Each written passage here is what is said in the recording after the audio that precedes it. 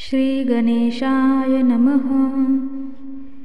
नमस्तेस्तु महामाये श्रीपीठे सुरपूजिते शङ्खचक्रगदाहस्ते महालक्ष्मी नमोऽस्तुते।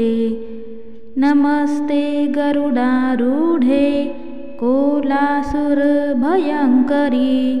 सर्वपापहरे देवी महालक्ष्मी नमोऽस्तुते।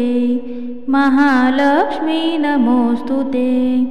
सर्वज्ञे सर्ववरदे सर्वदुष्टभयङ्करी सर्वदुःखहरे देवी महालक्ष्मी नमोऽस्तुते।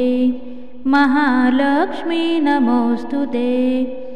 सिद्धिबुद्धिप्रदे देवी भुक्तिमुक्तिप्रदायिनी मन्त्रमूर्ते सदा देवी महालक्ष्मी नमोऽस्तुते।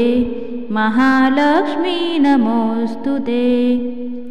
आद्यन्तरहिते देवी आद्यशक्ति महेश्वरी योगजे योगसम्भूते महालक्ष्मी नमोऽस्तुते।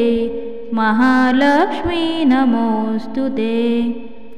स्थूलसूक्ष्ममहारौद्रे महाशक्ति महोदरे महापापहरे देवी महालक्ष्मी नमोऽस्तुते।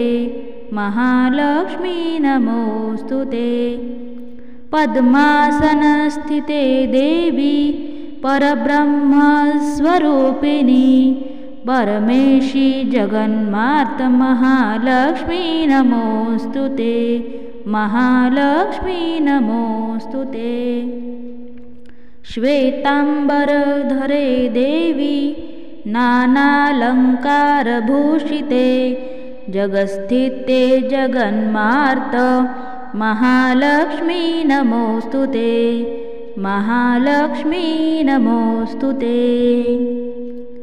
महालक्ष्म्यष्टकस्तोत्रं यः पठेत् भक्तिमान् नरः सर्वसिद्धिमवाप्नोति राज्यं प्राप्नोति सर्वदा।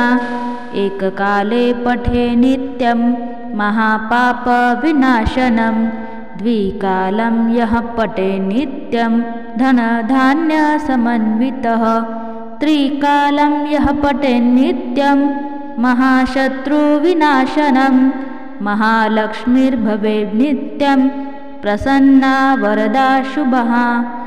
इतीन्द्रकृत श्रीमहालक्ष्म्यष्टकस्तवः सम्पूर्णम्।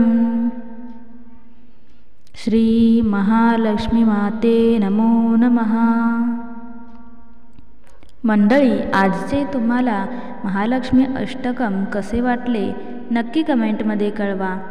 त्याचबरोबर आजचा व्हिडिओ तुम्हाला आवडला असेल तर चॅनलला सबस्क्राईब करायला विसरू नका। त्याचबरोबर व्हिडिओला लाईक देखील करायला विसरू नका। पुन्हा भेटूया अशाच नवीन व्हिडिओसह। तोपर्यंत श्री स्वामी समर्थ।